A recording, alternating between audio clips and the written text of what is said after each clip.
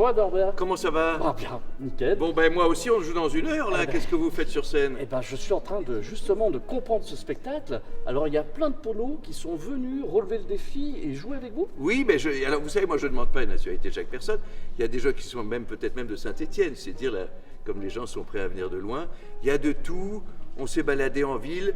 J'ai même été, il y a un salon de coiffure qui expose des Barbies, je voulais qu'il fasse un défilé de Barbie, mais finalement c'était plus compliqué. Parce qu'il y a des gens qui viennent aux auditions, qui sont la plupart du Puy, et puis des alentours. Est-ce qu'ils ont du talent? Ah bah vous le verrez, évidemment qu'ils ont du talent, ils ont du charme, ils ont du talent, et puis les gens ont des grâces, et puis c'est à nous de les faire partager. Il y a même une chorale qu'on est allé écouter hier soir au Point Cardinal, je crois que ça s'appelle. Centre Pierre Cardinal, oui. Pierre Cardinal, je suis complètement gâteux, en plus je touche le genou, ce qui est dire jusqu'au genou. Et c'était très beau donc de se balader, d'avoir des rendez-vous en ville comme ça. Il y a le service des archives de l'Amérique qui a préparé quelque chose. C'est une ville qui vous plaît, Je suis bouleversé par cette ville, je peux vous expliquer Oui. pourquoi, je la connaissais absolument pas. Je savais juste que c'était un départ de Saint-Jacques-de-Compostelle. Et je sais pas, il y a une petite magie, enfin en tout cas dans la vieille ville. Après j'ai pas été, il y a quelque chose qui me rend un peu nostalgique parfois sur ce que sont devenues d'autres villes, quoi. Il y a un truc sur les rues, sur les commerces. Enfin bon, je sais, j'en ai une vision très superficielle, hein. Je n'oserais pas parler des problèmes de fond des choses, mais pour quelqu'un qui passe comme ça, c'était très agréable. Et sur la douceur des rapports humains aussi. Est-ce que ça vous a donné envie de revenir ici? Oui, ça m'a donné envie de revenir. Ça m'a donné envie de... J'aime bien les endroits où on est à la fois près de tout et où on peut sentir loin aussi des choses que vous aimez pas. On est dans plusieurs époques, c'est ça, les villes réussies, c'est celles où il y a le présent, il y a le passé, puis il y a des choses qui se font aussi vers l'avenir, c'est pas des villes de nostalgie.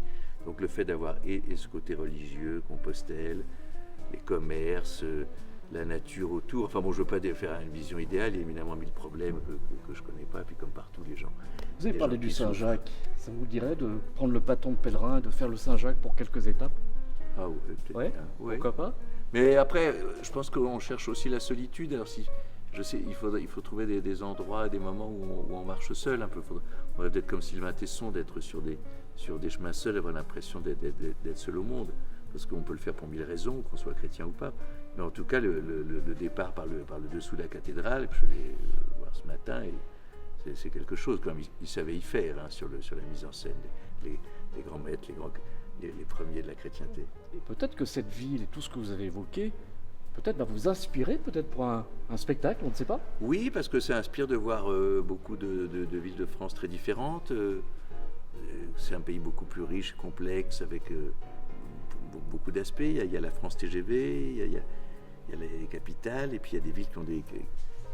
Oui, enfin, il y a une personnalité qui m'intéresse beaucoup. Oui, sûrement, mais on ne sait pas comment ça marche, hein, on est inspiré sans le savoir, puis ça ressort un jour, on est en train de faire autre chose, puis on se rappelle avoir vu dans une rue quelque chose, quelqu'un qu'on a croisé, ou une devanture. Elles sont très belles, les devantures des boutiques.